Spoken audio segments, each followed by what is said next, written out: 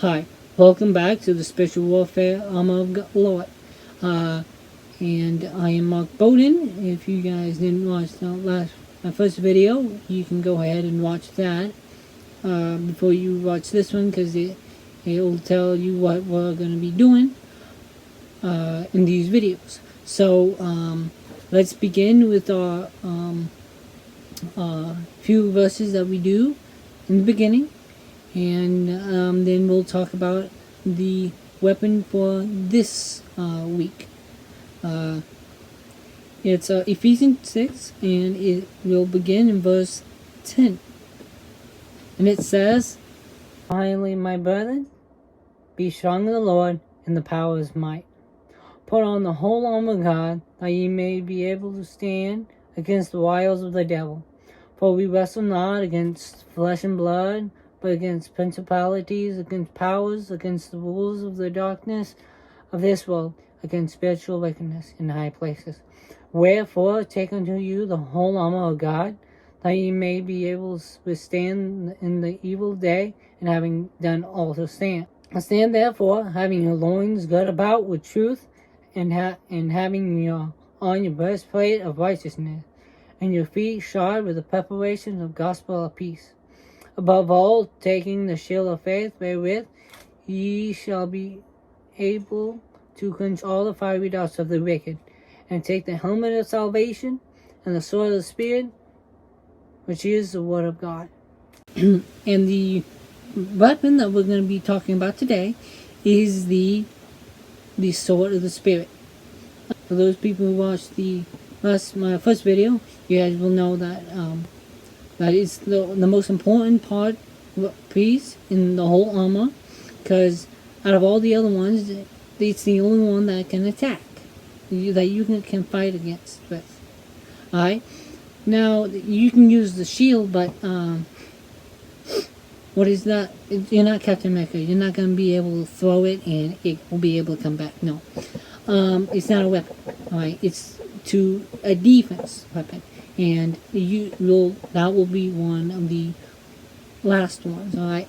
But the sword of the Spirit is the most important part, because it's the Word of God. It's the Bible. Now it's not a physical weapon where you'll be able to attack people with it and fight, and it will be cutting up people. No. It's the Word of God. You speak, and you speak the words in the verses, just like I read in Ephesians. Be strong in the Lord and in the power of his might. Put on the whole armor of God. Alright? I'm speaking the words. I am using the word of God as a weapon. Alright? And this weapon is not to be taken lightly, though. Even though it's not a physical weapon, doesn't mean it's not going to hurt you in a spiritual way. It will hurt you, alright, in a spiritual way. It's going to hurt. It's going to cut through that evil and the wickedness from your heart, and be able to help you. Alright? But if you don't use it, Satan's going to be able to fight. Alright? And if you go to 1 Peter 5:8, it says, "Sober, be vigilant, because your adversary, the devil, as a roaring lion, walketh about, seeking whom he may devour." Alright? So, it's a weapon to protect yourself from Satan, who is a lion. And if we're not careful and we don't practice with it, alright? Because we gotta practice with the sword. I mean, you don't see like I said, you don't see me going to in a football, NFL team, and able to do touchdowns in the first time. No, they practice, they exercise, they strengthen their body, alright? And I won't be able to do it, even if I did all that other stuff, the exercise and stuff. I wouldn't be able to do it, because I like the height too, alright? But if we're not careful and we don't use the sword, we don't practice with it, Satan's going to be able to get us, alright? So, how will we be able to protect ourselves and use the Word of God? Alright? How will we? Well, the first thing is You must study the Bible. It's a really good book, and it's a very good weapon to use. All right, and if we're not reading it, then we're not practicing with it. All right, we gotta read the Bible to practice. We gotta speak the words. We gotta memorize verses. Now, but no matter how much you learn in the Bible, you can start from Genesis and end with Revelation, and you can get something from every chapter, anybody, than anything else. And in one verse, there's 100 sermons in one verse. Powerful weapon, and we must use it. All right, and we must not take it lightly. Don't think you will know everything. All right, because you don't. No matter how much you learn from the Bible, you can always find more things to learn. Because it's a book that has a lot of knowledge and a lot of wisdom, and with the fear of the Lord, which is respect. The fear of the Lord, it doesn't mean to fear Him. It means to respect the Lord, to respect Him enough to read it and to study and to do His will and to pray. But if we're not doing those things, we don't have the fear of the Lord. The Word of God, right? It's the Bible. It's something that shouldn't be taken lightly. And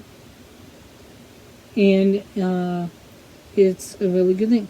But we must also learn to use it wisely. And we must use it even though we know this verse. Alright? Because I could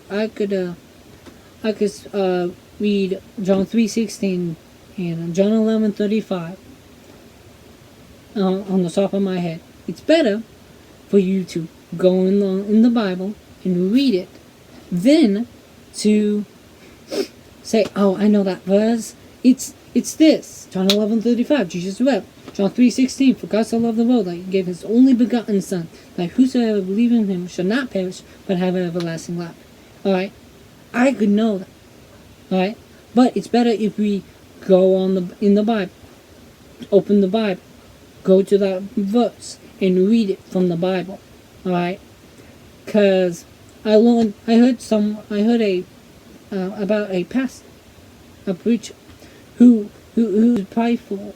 All right, and he knew the Bible, and he knew some verses, and he studied the Bible, and he was a good preacher, but he got so used to reading the Bible on the top of his head that he wouldn't use the Word of God. He wouldn't use the sword as much. And one night, the Lord told him, "All right." The preacher was preaching, and the Lord said, "All right, you think you don't need my Word of God? You don't think you need the Bible? I'm gonna make you forget." And He made him forget. The Lord made the preacher forget everything, and he had to go home. They had to go home early. But this man still remembered, still knows the verses. He just made him forget at that moment. And if we're not careful, Satan's going to be able to shoot an arrow or hit us or attack us from behind or from above. Because as a lion, he's going to be able to do anything from a distance to a close up. He knows every tactic, everything to deal with it. And he's going to be able to use the mind. But my dad has always said this to me, and it's a really good idea. It's a really smart thing to say. The weakest pen is stronger than the strongest mind. And if we are not using the ink, we're not using a piece of paper, and we're not writing it down, right? Because I could say things at the top of my head, right? And you can talk about anything, right? Let's think about the MCU. I could talk about it out for hours, talk about the different things I've learned about it, right? But I want it to be easier just to look the stuff up and read it, and tell them, show them proof, right? But it would be easier. But why can't we just go into the Bible and read it? I'm like, even though the mind is very really good at remembering things, one day you're gonna forget that stuff. If we're not careful, we can also forget things. So we're not gonna. So we must read the Bible. We must read it daily. We must use the Word of God. All right. We must study it. We must practice with it. So we must read it. All right. We must read the Bible. All right. So next week, next video, we're gonna be talking about the breastplate of righteousness. All right, and it's gonna and why that piece of the armor is important to use. But until then, the verse for this next week or this week, or the piece of armor for the next coming, the righteousness, the breastplate of righteousness, it's Isaiah 64:6. And I'll read it for you so you guys will know what it says, and I'll put it on the screen for you guys so you can also read it. And it says, but we are all as unclean things, and our righteousness are as filthy rags, and we do all fade as a leaf, and our iniquities like the wind have taken us away. Read that and study it, and comment down below what you guys learned about it, and we'll talk about why we need breastplate of righteousness compared to righteousness ourselves. So until then, I'll see you next time.